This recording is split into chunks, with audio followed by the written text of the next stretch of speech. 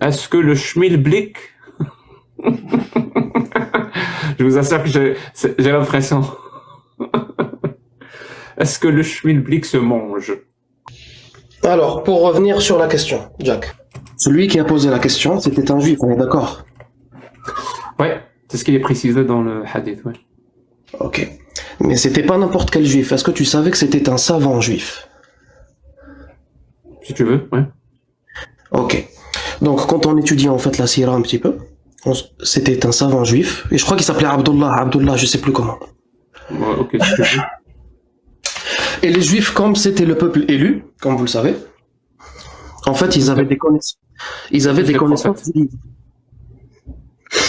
Ah, okay. Ils avaient des connaissances du livre. Et il y avait certaines choses qu'ils cachaient. D'ailleurs, la preuve, c'était وَلَا تَلْبِسُوا الْحَقَّ بِالْبَاطِلِ وَتَكْتُمُوا الْحَقَّ وَأَنْتُمْ تَعْلَمُونَ. تَكْتُمُوا الْحَقَّ, ça veut dire ils cachaient beaucoup de choses dans les versets du livre aux gens. Et donc, il y avait très très très peu de gens sur Terre qui connaissaient certaines vérités. Et aussi, des fois, ils vendaient des versets de ces vérités comme ça. Très bien, c'est pas la peine de nous raconter. Non, mais ça fait partie de la réponse, c'est nécessaire. Franchement, tu vas voir où est-ce que je vais en venir. Et donc, en fait, quand il dit, et là, celui qui fait l'affirmation, ce n'est pas le prophète, c'est le juif. Il dit, seul un prophète connaît la réponse. En fait, il y a deux affirmations. La première, donc, elle est explicite. Donc, seul un prophète connaît la réponse. Et la deuxième, elle est implicite. Ça veut dire, en dehors des gens qui savent de ce qu'on nous on cache dans le livre, seul un prophète connaît la réponse. Ah, c'est ce qui est écrit. Non, c'est pas ce qui est écrit. C'est quand tu étudies en profondeur. Ah, c'est pas écrit. Non, mais étudier la question et c'est ça l'explication. Jack. Non, mais c'est pas possible. Est-ce que c'est écrit, la phrase que tu viens de dire ou pas? Jack, ta question, elle est pas légitime. Tu sais pourquoi? Ma question, elle est claire. Elle est pas... Le hadith. Elle ne se pose pas parce que le hadith, il raconte une action. Le hadith raconte une action. T'es pas là pour faire un monologue. Le hadith en état, sans qu'on soit obligé de lui ajouter des phrases, sans qu'on soit obligé de l'altérer. Parce que moi aussi, je peux rajouter des phrases, mais je t'assure, hein, apporte-moi n'importe quelle histoire illogique, si tu me permets d'ajouter des phrases, elle va devenir logique. Moi, la question, c'est justement le hadith en état, comme il est écrit. Comme il est écrit, il n'y a qu'un prophète. Il n'y a qu'un prophète pour connaître les bonnes réponses. Ça veut dire que il suffit finalement juste de connaître les textes juifs pour connaître la bonne réponse. Donc c'était faux d'affirmer qu'il n'y a qu'un prophète pour connaître les bonnes réponses. Tu comprends? Toute la question, elle est là. Il n'y a qu'un prophète pour connaître les bonnes réponses. Si tu enlèves cette phrase, tu lui rajoutes d'autres phrases, tu la dénatures, tu lui donnes un autre sens, c'est bon, tu as complètement changé le hadith. Tu comprends ça ou pas? Je suis sûr qu'il n'a rien entendu à ce que j'ai dit, mais... Si, j'ai parfaitement tout entendu, et je comprends exactement ce que tu dis, mais je ne suis pas d'accord avec toi. Donc on doit rajouter des phrases implicites. Non, mais moi je ne rajoute rien du tout. Je t'explique en fait les coulisses de ce qui s'est passé. Il y a un savant. Je t'explique que c'était un savant, Jack. En fait, moi je veux bien te répondre et je fais là le processus que je fais. Qui connaît les bonnes réponses? Qui connaît les bonnes réponses à ces trois questions? Jack, j'ai fait l'erreur tout à l'heure. Je t'ai coupé la parole. Maintenant, tu es en train de faire la même. Oui, je fais exactement. Je sais que c'est en live, mais là, je fais. Non, parce que tu m'as pas entendu. Qui connaît les bonnes réponses à ces trois questions? Qui? Les prophètes connaissent la bonne réponse et c'était écrit dans la Torah. Et dans Est-ce qu'il y a, non, est-ce qu'il y a d'autres personnes en dehors des prophètes qui connaissent la bonne réponse? Et c'est dingue, pourtant c'est clair ce que je te dis. C'est clair, c'est que t'as pas envie en fait de comprendre ce que je te dis. C'est comme si toi, écoute-moi Jack, c'est comme si toi, est-ce qu'il y a d'autres personnes en dehors des prophètes qui connaissent les bonnes réponses ou pas? Jack, s'il te plaît. Oui. Regarde. Oui. Je sais plus comment t'expliquer la chose, j'ai l'impression d'être face à un enfant têtu, qui veut juste pas écouter ce qu'on lui dit. Moi, je t'ai écouté, et je t'ai répondu. Donc maintenant, Jack, ça sert à rien de répéter 36 fois la même réponse, je t'ai déjà répondu. Maintenant, je t'explique la réponse. D'accord. Est-ce qu'il y a d'autres personnes en dehors des prophètes qui connaissent la bonne réponse ou pas? Ben oui, nous, maintenant, on connaît. Très bien, très bien. Donc la phrase écrite dans le hadith, il n'y a que les prophètes qui connaissent les bonnes réponses. Cette phrase dans le hadith, elle est fausse. Non, elle était à 1000% vraie au moment. Mais non, mais d'un moment, ça devient ridicule. Ouvrez vos oreilles et prenez une leçon. Au moment où l'assise s'est faite, tout ce qui s'est passé était vrai. Tout ce qui s'est passé était vrai. Au moment où le savant juif s'est assis avec le prophète, tout ce qui se passait là dans le hadith, c'était vrai. C'est-à-dire que il lui a dit, je vais te poser des questions, seul un prophète connaît les réponses. À ce moment-là, personne n'a menti dans l'histoire. Vous comprenez? Merci les gars. Maintenant, je vous donne l'explication. Dis-moi Molly, s'il te plaît. Oui. C'est quoi la forme de la Terre? Elle est bien ronde, mon ami. Elle est bien ronde. Elle est ronde comme ta tête, mon pote. Ok, très bien. Dis-moi, si... Je ne suis pas coraniste, je suis sunni. Sunni à 100%. Ahl kitab ou sunna, mon frère? Oui, bien sûr, il n'y a pas de souci. Merci beaucoup d'ailleurs d'être franc et honnête avec nous. Oui. S'il y a deux personnes qui viennent vers toi, l'une te dit la forme de la Terre est sphérique, et l'autre te dit la forme de la Terre est plate. Écoute bien ma question. C'est pas qui a raison ou qui a tort. C'est pas ma question. Oui. Est-ce qu'ils peuvent avoir raison tous les deux en même temps? Oui. Voilà. Parce que j'ai identifié un petit problème dans ta façon de raisonner. C'est pour ça que je t'ai posé cette question. Alors dis-moi comment deux personnes qui t'affirment qui te font deux affirmations contradictoires sur la même chose. Donc la Terre est sphérique, la Terre est plate. La Terre est sphérique, la Terre est plate. Pour qu'on soit précis, hein. C'est-à-dire l'un te dit la Terre elle a la forme d'un ballon de basket.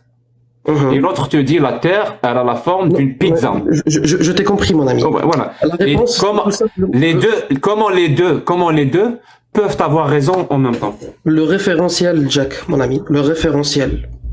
Si tu prends en considération juste l'endroit où tu es et que la Terre est plate, tu vas dire la Terre est plate. Et il a raison de dire que la Terre est plate. Par contre, si tu prends de la hauteur, j'ai dit la forme. Non, mais oui, je te parle de la forme. Moi, là, j'ai dit la forme de la Terre, elle a une forme, la forme d'un ballon de basket et la forme d'une pizza. Ah, mon ami, regarde. Je suis en train de te répondre, toi, là maintenant tu t'enfonces dans le terme, la forme, le mot la forme. Moi je t'explique, je te réponds à ta question. Tu me dis la forme de la Terre. Suivant le référentiel, la forme de la Terre, donc oui je te parle de la forme, elle est plate si tu regardes juste en dessous de tes pieds. On prend le référentiel, toi et moi. Elle est ronde si tu prends le référentiel de l'espace. Un peu comme si tu étais dans un train. Tu es immobile dans un train parce que tu ne vas pas à 300 km/h à côté de ton voisin, et pourtant tu avances à 300 km/h par rapport à la surface de la Terre. Si tu veux. Je peux prendre un référentiel? Tu me dis si tu es d'accord avec moi ou pas? File, mon ami, je t'écoute. La réalité. La réalité? Oui. Le référentiel, c'est la réalité. Ok. Moi, j'aime bien dire la vérité. Je te donne par exemple là. Non, la réalité. Non. Je ne dis pas la vérité, je dis la réalité. Parce que ce qui est bien avec la réalité, c'est qu'elle persiste à exister, même quand toi tu n'y crois pas. Elle s'en fout. Je te donne un exemple. Cassius, t'es en train de si moi je veux envoyer un satellite. Oui. Je fais comment? Est-ce que je prends la première personne qui m'a dit que la Terre est sphérique, ou je prends la deuxième personne qui m'a dit que la Terre est plate, pour calculer comment je fais pour envoyer un satellite? Tu prends le deuxième référentiel, que la Terre est sphérique et qu'elle est... Mais les deux ont raison, d'après toi. Donc je vais prendre celui qui dit que la Terre est... Il va arriver... mon ami, Jack, c'est pas avec moi que tu vas utiliser ce genre de millimélo pour te faufiler. Écoute, très bien. Il va arriver quoi mon satellite si j'utilise, comme tu as dit, celui qui dit que la Terre est plate, il a raison aussi. Si je l'utilise lui et je fais mes calculs pour envoyer mon satellite, il va arriver quoi à mon satellite?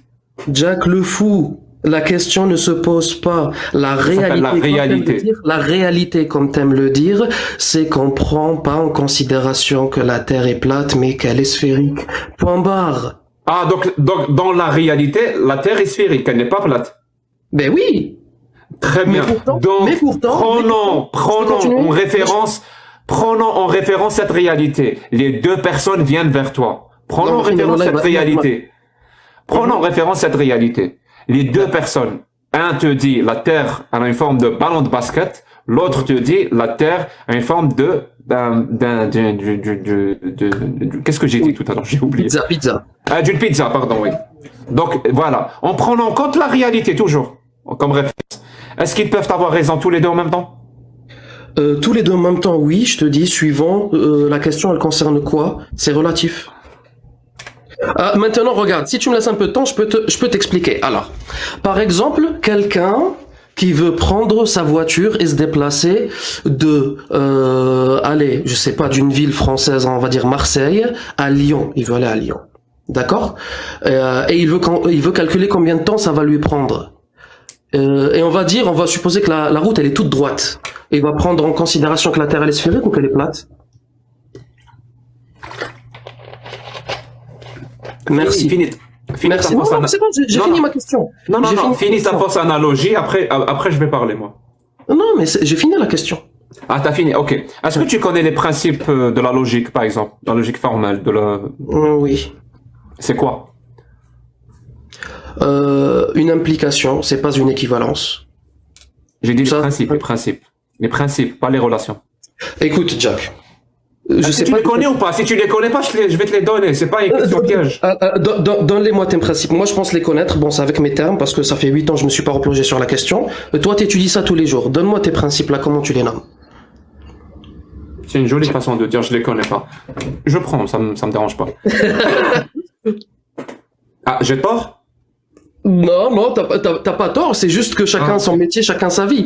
Toi, t'as révisé ton truc hier. Moi, j'ai pas révisé mon truc hier, ça date de 8 ans. Mais je les connais, les principes de la logique, tu le vois bien qu'ils fonctionnent bien dans ma tête. Mais j'ai pas de nom dessus. Mais c'est pas grave. Justement, je le vois tellement que je sais que tu les connais pas. Alors, il y a le principe d'identité, le principe de non-contradiction et le principe du tiers s'exclut. Tu les connais? Oui, c'est bon, ça me revient, mais je te remercie, oui, ça me revient. Ah, ça te revient, tu les connais? Oui, un petit peu. Explique-nous alors ce que c'est que le principe d'identité, le principe de non-contradiction, le principe du tiers s'exclut, vu que tu les connais. Alors, Jack, écoute-moi. C'est très simple. C'est ton live, on est d'accord. Je vais te répondre très simplement. Je ne te les expliquerai pas. T'as beau faire ta flûte. C'est un stylo. Non, mais je t'explique. T'as beau faire la flûte, ton pote, il a beau rigoler. Je vais te donner la même réponse. Tes principes de la logique, là. Moi, là, maintenant, je peux venir te poser les questions et t'amener comme ça, comme la carotte, je traîne la carotte et je t'amène vers des questions que t'as pas les réponses. Je te dis que les principes de la logique... Arrête avec le stylo. Non, s'il te plaît. Ouais. Arrête avec le stylo. Ah, pardon. Je m'excuse, merci, Amul. Ne me crie pas dessus, s'il te plaît. Je l'ai répété 3 fois, c'est pour ça, tu m'as pas entendu. Alors, Jack, je t'ai répondu à ta question, oui ou non? Elle est logique maintenant, la réponse à ton hadith? Oh, bah, bien sûr. Tout ce que tu m'as dit est logique. Voilà. Alors, le principe d'identité, parce que mais ça m'intéresse pas. Jack, ça m'intéresse pas. Moi, je les ai étudiés il y a 8 ans. Ça intéresse les gens qui comprennent. Je t'assure, il y a des gens qui savent, parce que c'est ça la première étape de la connaissance, hein, savoir ce que tu ne sais pas. Voilà. Oui, mais moi je t'ai pas demandé de m'expliquer ce que je sais. Dans un processus de la recherche de la vérité, non pas, je t'ai laissé parler, laisse-moi parler dans mon live. D'accord. Dans un processus de la recherche de la vérité, il faut identifier quelque chose, parce que les gens pensent à tort pour le coup, que l'ennemi mortel de la vérité c'est le mensonge. C'est pas du tout le mensonge. Hein. Le mensonge c'est le contraire de la vérité, pas son ennemi. Le véritable ennemi de la vérité, c'est la certitude. Voilà. C'est la certitude qui va t'empêcher d'accéder à de nouvelles connaissances. Ça a toujours été le cas. Donc pour ceux qui, comme moi, savent qu'il y a plein de domaines où ils savent pas, et qu'il y a une personne qui, elle, dispose de ce savoir, et elle est disposée elle-même à le donner, Moi, je l'écoute. Voilà. Et surtout, c'est ça m'intéresse. Donc, pour ceux qui, ils savent, ils connaissent pas les trois principes, je vais les donner.